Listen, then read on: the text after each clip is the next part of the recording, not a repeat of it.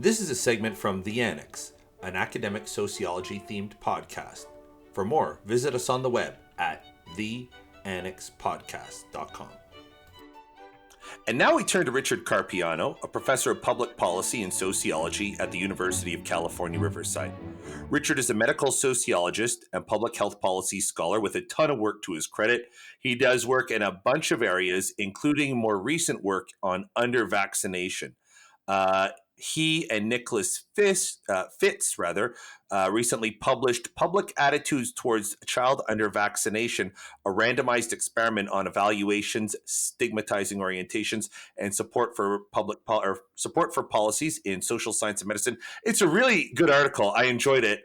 A great piece of medical sociology, and I look forward to talking about it. It's a pleasure to have you on the program. Welcome, Richard. Thank you so much for having me. Okay, let's start. Maybe you could start us off by, giving us a sense of what the controversy is surrounding vaccination and anti-vaxxers. Who are they? What's going on? Anti-vaxxers, is the common parlance that gets used in a lot of different ways, but empirically really represent a rather small population, a small but yet very vocal minority of the larger population of concern of what we would call vaccine hesitant parents. In terms of, so vaccine hesitancy can capture anything from somebody having some sorts of concerns, maybe about one or more vaccines for their child. They might delay having concerns of a child getting too many vaccines all at one time, versus when we talk about, or even in general, could just be someone who goes through the motions, gets their child vaccinated, but is generally maybe not on board in terms of, or has some significant sorts of questions in regards to safety or other maybe sort of side effects that might emerge as a result of vaccinating their child. Versus the anti-vaxxer who is generally would be someone, a parent whose child has no vaccines, or at some point maybe started vaccinating their child and then stopped as a result of any number of different reasons, but we can attribute them to this is really still a rather emerging literature. But we know that the influences of this get very heavily tied around networks, information that's found on the web, and then also more sort of broadly, science that's been debunked. That it was a major study many years ago by now a discredited physician by the name of Andrew Wakefield, who published a piece in the Lancet, so a rather prominent, one of the most prominent international medical journals, postulating a link between the MMR vaccine, the measles, mumps, rubella vaccine that young children receive, and autism. That ultimately, when investigated, was found to be fraudulent in terms, and unethical in terms of how the analysis was conducted, and based on a very small sample of children. And ultimately, his authors decided to not stand behind it, and the Lancet ultimately decided to retract the article. Yet, what's interesting is that myth that finding caught fire and is still persisted for a long time. Although it's now this has really kind of caught fire, and so we had historically, if we could track this sort of historically, we had certain sort of prominent celebrities who were getting behind this and concerned about it. Jenny McCarthy being probably one of the most prominent about this. So over time, the whole vaccine hesitancy or even an anti-vaxxer activism is not a new thing. That's always sort of existed. But to the extent to which we see it now, and the ways and media and even sort of just online, the internet enables sort of a more vocal, sort of active resurgence in a way is rather important. While we might think of these as a very small group of the vaccine hesitancy population, the consequences of their actions really are rather significant in the sense. Well, yeah, there's been outbreaks, haven't there?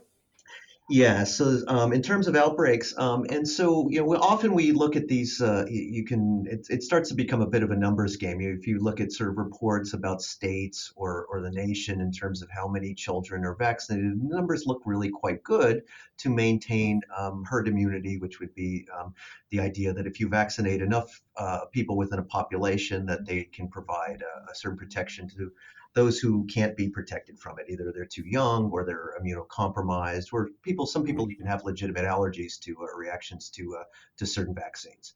Um, mhm, but but to the extent to which these, so while these numbers look big and everything looks protected, we know, well, really, it's these are infectious diseases. They're communicable, and so it's about who you see in your day to day. And fundamentally, this is a sociological problem in the sense that we have vaccine hesitancy clustering in particular communities and within mm, particular schools. And so, as a result, this really sets the sort of groundwork or the potential for these types of outbreaks.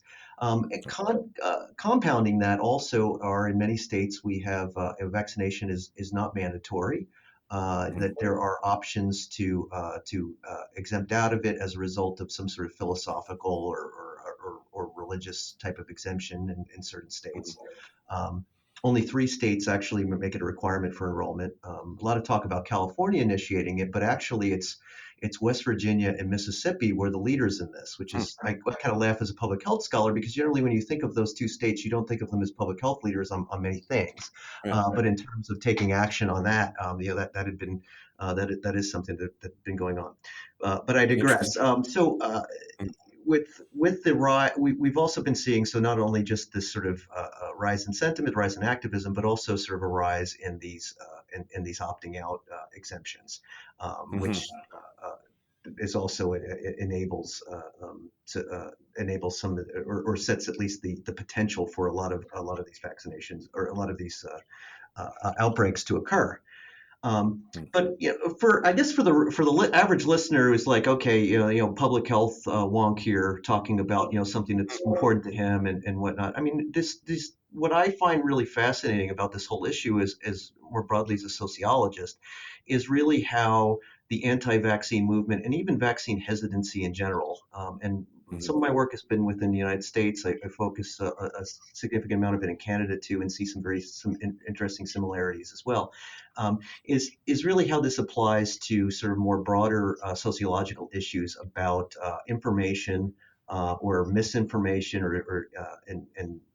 and even right. campaigns, the role of networks in circulating them, and even how some of these things get tied into broader political issues regarding Mm, populist politics and the role of a more sort of libertarian sort of streak that you might see. And so, really, this is I mean, I could be talking with you about this, or you could make this about right. an 8 podcast series. Um, Mm, so maybe I should stop there and let you well, no, guys jump in. you know what? It's actually the perfect setup for my next question, which is so, like, tell us about your study because it was involving public perceptions and public reaction, Absolutely. which is very Yeah. important.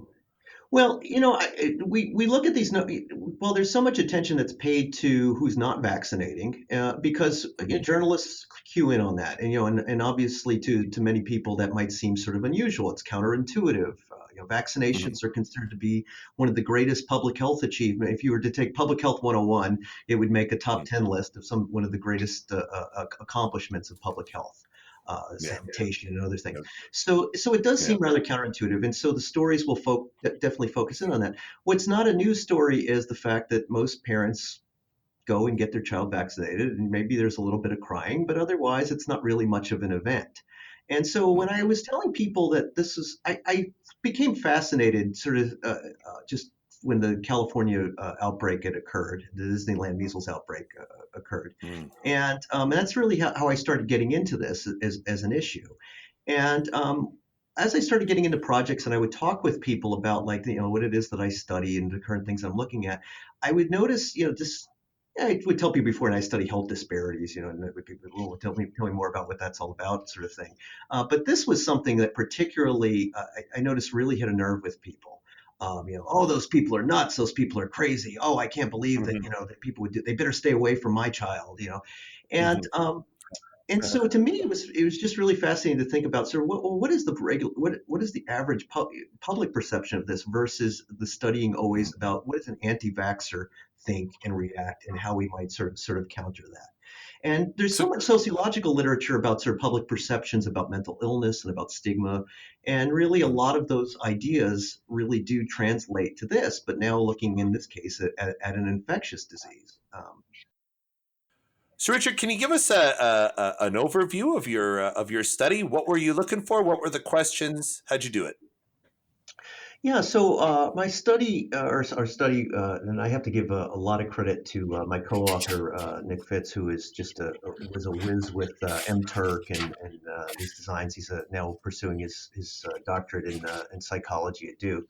Um, so having said that, this is really sort of out of a tradition of vignette studies that had been done in medical sociology and the sociology of mental health to try to measure sort of public attitudes regarding illness, and sort of just the sort of public the social construction in essence of, of illness. And Mm, what we tried to do here is we created a number of different vignettes that we randomized to present to people. In this case, this was response on Amazon's MTurk throughout the United States. And they were presented with four different vignettes, one of four different vignettes. One of which mm, characterized described a mother who was very concerned about vaccinations and in terms of their safety, and was as a result has decided not that her child is not vaccinated at all. Second, mm, one situation where the mother has some concerns, and so as a result has decided to delay some vaccinations. A mm, third where the mother is thinks that vaccinations are important, but life happens as a parent, and as a result, the child's not up to date as a result of just sort of competing demands. And in a fourth mm, condition where the mother thinks that vaccinations are really quite important, and as a result, ensures that her child is up to date whenever a vaccination is due. And so, after being exposed to one of those four vignettes, we gave the respondents a number of different measures that we adapted from a lot of the literature on stigma towards mental illness, in terms of trying to get at people's attributions about the parent, to what degree they might blame the mother if the child mhm. got sick or others sick. Um, the degree to which they might be angry or have sympathy for the mother, Right. the degree to which they felt that there was sort of a need for separation, that there was sort of a characterization or boundaries sort of being drawn of sort of an us versus them sort of Mm, about mothers like the one that got described, as well as sort of assessments about the mother's sort of credibility in terms of thinking about information or advice that she might have to offer about parenting or about health issues of the child, and then also just to perceive sort of dangerousness that the parent might have. And then we mhm, also have some questions about the degree to which the respondent might want to be distance themselves or not, sort of live in either the same community or interact with either both the mother and as well as we had separate questions for the child as well as some questions around discrimination too, that they should be kept out of things, or this mother should be hired. We even went to some sort of extreme sorts of examples about social mhm, exclusion. Um, and what we found was very stark, which was actually sort of surprising to me, is the degree to which this really did fall in a gradient, in the sense that respondents most strongly reacted to the kind of traditional anti-vaxxer sort of description of a mhm, parent with a child who is not up to date on any of them, and intentionally. And then next to that, next strongest would be then the delayer to and then a little bit more nuanced, but still some negativity towards the mother, who is just encountering just challenges in making the doctor's mhm, appointments, and getting the child up to date. So in addition to that, but on top of that, what we found was equally, or in some cases, stronger reactions towards the mother's child, which was also mhm, interesting to thinking about sort of in this case, stigma by association, perhaps, but also in the case of, it's the child's sort of, I guess, potential for carrying disease. We can think about this in just sort of almost like the out of like classic literature or the Bible, the idea of like sort of avoiding the person who could be the carrier, sort of Yeah. in that regard. More broadly, though, in terms of in terms of thinking about policy and where to go with this in these findings, were that we found that these reactions were very strongly tied to the types of policies that these respondents would endorse or get behind. So we presented them with a range of options um, that span from rather benign things like that most people could probably get behind, such as more education or is needed, more public education is needed, to things that were very much very severe. Well, to things that were sort of on the books, so things like banning a child from school, like what would occur in California, or at that time period was on the books for being voted on. So that's the Mm. other thing to put this a little bit in context. Are we were catching a bit of a zeitgeist in terms of the news cycle, but then also some more extreme sorts of policies that were getting promoted or proposed or later implemented, even such as in relation to denying certain sorts of social benefits. If a child to a parent or if household, if a child is not up to date. And ultimately, what we were finding there is that the more sympathetic that somebody was, essentially, the general pattern was the more sympathetic that someone was towards a parent, the more they were towards these kind of more lighter or softer sorts of policies. Yeah. Public reporting of school coverage would be another example of that. Mm. Um, and then the more strongly that they reacted to the parent and to the child, the more likely they were to be moving towards these much more sort of heavier-handed sorts of policies that would definitely, uh, from an anti-vaxxer standpoint, be viewed as very, much more, very heavily intrusionist. Sort of, sometimes gets couched in rhetoric of anti-American or anti-freedom or Mm. Yeah. unlibertarian, I guess you could say. Yeah, so Richard, I really enjoyed the Thank you very article. much. And one of the things that got me thinking about was whether or not you think like stigma would have varied based on what vaccine or which vaccines you were talking about, right? So for example, like I think a lot about the HPV Mhm. vaccine, right? And number one, I actually think that like all boys should have to take it. And I don't think girls should have to take it at all because we then have to go on and take toxic oral contraceptives, right? And right. So we already have these things going on. So why not put the onus on boys since boys are the ones who transmit it, Yeah. right?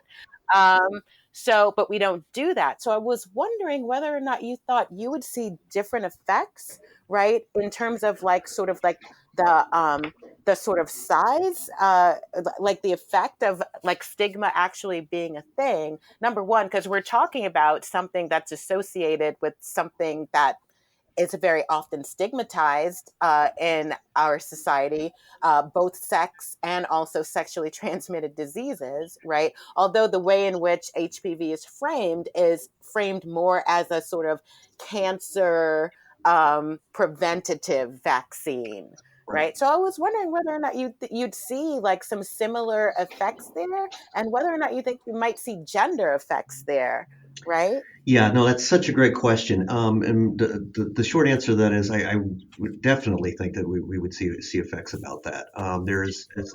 Will you do the studies? Any funders listening? Um, Yeah, exactly.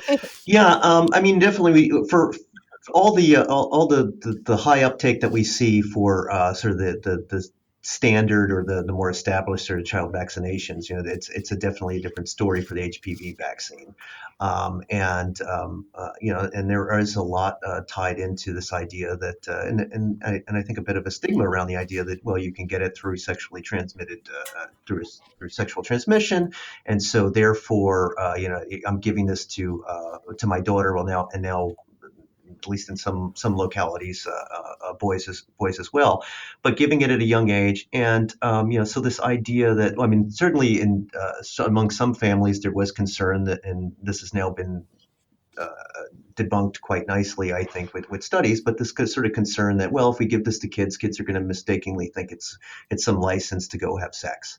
That they might think that they're sort of super protected and whatnot, and we know that that definitely hasn't occurred. So that's a misconception. But also, I think it hits on. I mean, ultimately, these are very heavily parental decisions, and parents, it's to think about their 12, 14-year-old, thinking about let's talk about sex, or even now the age has been moved down in certain jurisdictions of when kids have been. To like 11. Yeah.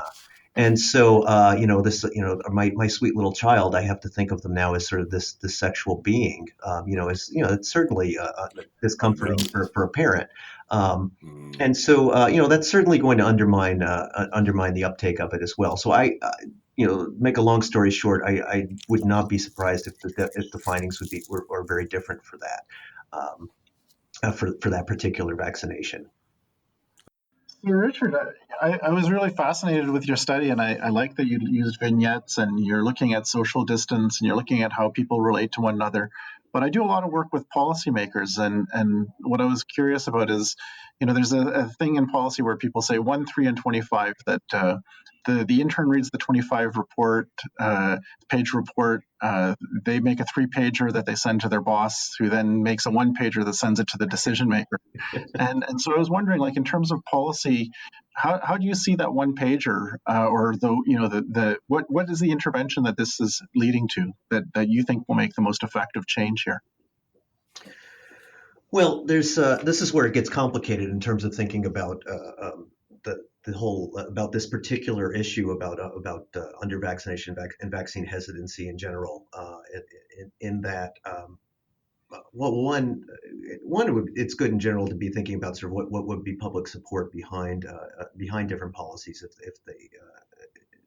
if support moves one way or another, and we have extended this to looking at within British Columbia in terms of public attitudes towards different sorts of policies. Not in this sort of experimental situation, but just sort of looking just more broadly at sort of what people might be supporting and whatnot.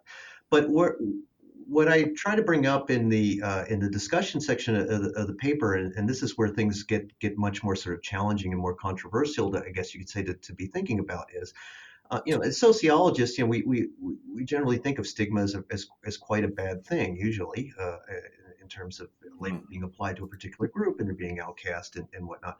Within public health ethics, there's been a little bit more of a revision of this issue, in the sense that one person particularly comes to mind would be the work of Ronald Baer, who is an HIV ethicist, who obviously in that case stigma would be terrible, and was a terrible approach in terms of thinking about different types of interventions for that particular disease.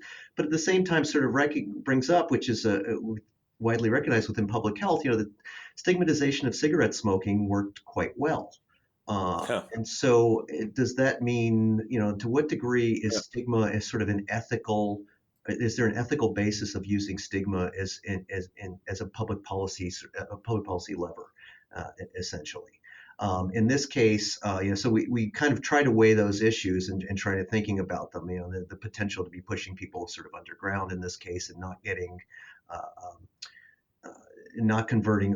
If the goal is to try to get as high as possible coverage, would that really be the would that be the most effective sort of solution, to be bringing up, bring campaigns that really have sort of a bit more of a I vaccinated my child, why haven't you? And and really sort of putting the onus on and turning it around towards the anti-vaxxers and shining a lens on that, versus the other sorts of options that might be what gets discussed in this still emerging literature, and debate and discussion around things such as, well, just focus on these more mild, less of sort of severe hesitant parents who are sometimes referred to as sort of the fence sitters. Convert those, and that should be enough to be able to maintain what we need. And so there's not a straightforward with this paper policy prescription with it. It's more, but what we were trying to do with it was really trying to capture this, try to bring sort of the other side to it of whereas so much is always focused on, again, the anti-vaxxer, the vaccine, or the vaccine hesitant population itself, is what exactly are the attitudes towards these people where it's sort of that might take it for granted that, I do this for my kid, or that parents do this for their children, and are generally, we know from public surveys that generally the vast majority of the public is on board with the utility of vaccination. And so kind of where does this attitudinal sort of fault line sort of stand was really sort of where we were going with this paper. No, that's really the cool part of it. It made me think of all kinds of ideas. On the one hand, it made me think of the Chinese saying of "kill the chicken to scare the monkey," or in other words, there's evidence that you find that basically people are okay with stigmatizing the people who are refusing. Therefore, you might be able to have some impact on harsher policies, or using stigmatization to scare away the people who are kind of thinking about it but aren't committed. But then on the other hand, I thought to myself of when I was a kid in the '80s, and a teenager, and those commercials of with the eggs, and here's your brain, and then they crack it and fry it on the fry pan, and here's your eggs on drugs, and we just legalized cannabis in Canada, and so that didn't really work on the soft drugs. So so this is the kind of stuff I began thinking about, and where I was kind of pushing you to see where you might be thinking about in terms of how this would be used. Yeah, no, that's a great point. It really is really amazing how such a small group can be so vocal, and really what we are seeing on the policy side of it is how impactful they really can be in undermining efforts to maintain the public's health, in terms of even just some fairly basic sorts of measures, such as, say, public reporting, so that parents are aware of, within their school, how their school kind of fares, or different schools, how that gets challenged, or different, in Texas, we know that there's certain candidates that, they'll get behind, and they'll support. And so this is it really it's I think, and sadly, I mean, I really think we are sort of still only at the relative tip of the iceberg. And I hate to say it, but I think things are going to get worse going along. I'm not the only person saying that. The support, I mean, you can see it from a social movements lens too. I mean, I always say that there's a great dissertation to be written here too, in that regard. I mean, so much of the public media stories are always about this mom here, and these often are mothers who are making sort of appearances, and we know that mothers tend to make the majority of the health decisions for a child. Um, but in terms of the actual sort of organized, collective, grassroots sorts of efforts, it really is quite amazing, the pull that they can have. And even to the extent to which they get media coverage gives the public conception that they are much more numerous in size than what they are. So challenging, coming back and fighting that, particularly in the internet age, where people have the PhD in Google, or they can access a scholar, or a clinician online and Twitter, and try to engage them, and or even sponsor panels. I fell into this when I was talking about this with a number of vaccination researchers and clinicians. Getting invitations to panels that were essentially stacked with anti-vaxxers, and serve as a tactic of sort of legitimating sort of their cause, because they're on the same sort of panel as I always do myself a legit scientist. Yeah, so all these sorts of different ways that they come about, and tactics that they employ, really present some different challenges, and ultimately have, in some countries, have resulted in, like Australia, taking some rather strong measures, such as their no jab, no pay policy, where denying different sorts of tax benefits to families if their child's not up to date, for instance. And seeing that, and now, or in the other case, retrenchment, I guess you could say, in terms of vaccination policy in Italy, and we're seeing, which is now, along with a lot of Europe, in a wave of a major measles epidemic. For more, visit us on the web, theannexpodcast.com.